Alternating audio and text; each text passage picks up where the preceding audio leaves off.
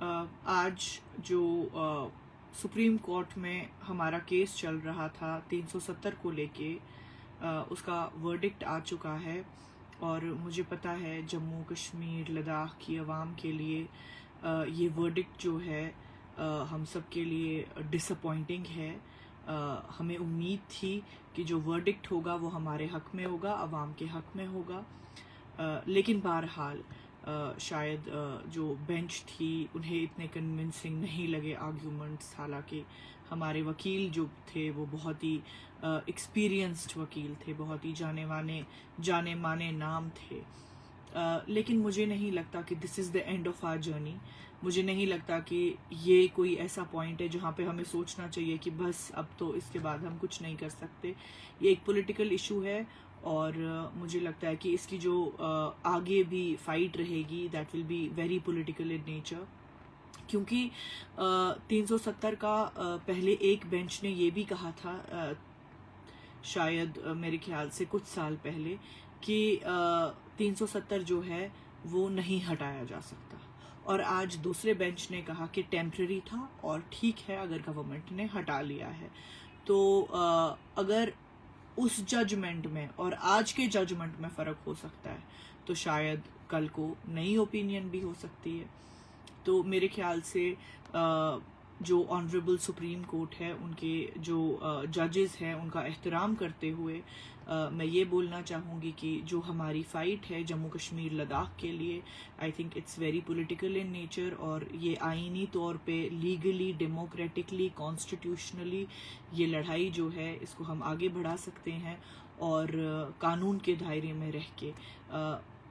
بے شک ہم سب کو مایوسی ہوئی یہ دیکھ کے کہ جو فیصلہ ہے وہ ہمارے حق میں نہیں آیا، لیکن اس کا مطلب یہ نہیں ہے کہ ہم جو اپنی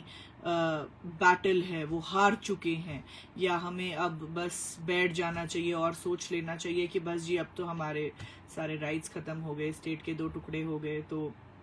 اب بچا کیا۔ مجھے نہیں لگتا۔ I think there is a lot more to look forward to, اور انشاءاللہ کشمیر ول رائز اگین۔ ہم سبھی لوگوں نے یہ جو مرحلے ہیں یہ بہت سارے دیکھے ہیں۔ ہماری ہسٹری کہیں نہ کہیں اس طرح کی رہی ہے کہ اس طرح جو چیزیں ہیں یا ہسٹورک ایونٹس ہیں کافی سارے ہوئے ہیں ہمارے ساتھ، یہ مرحلے ہم نے کافی دیکھے ہیں، لیکن پھر ہم ان سے ابھرے ہیں، ان سے نکل آئے ہیں، اور آج تک یہ جو لڑائی ہے یہ آگے ہی چلتی جا رہی ہے اور چلتی بھی رہے گی انشاءاللہ۔ مجھے لگتا ہے کہ اللہ جو ہے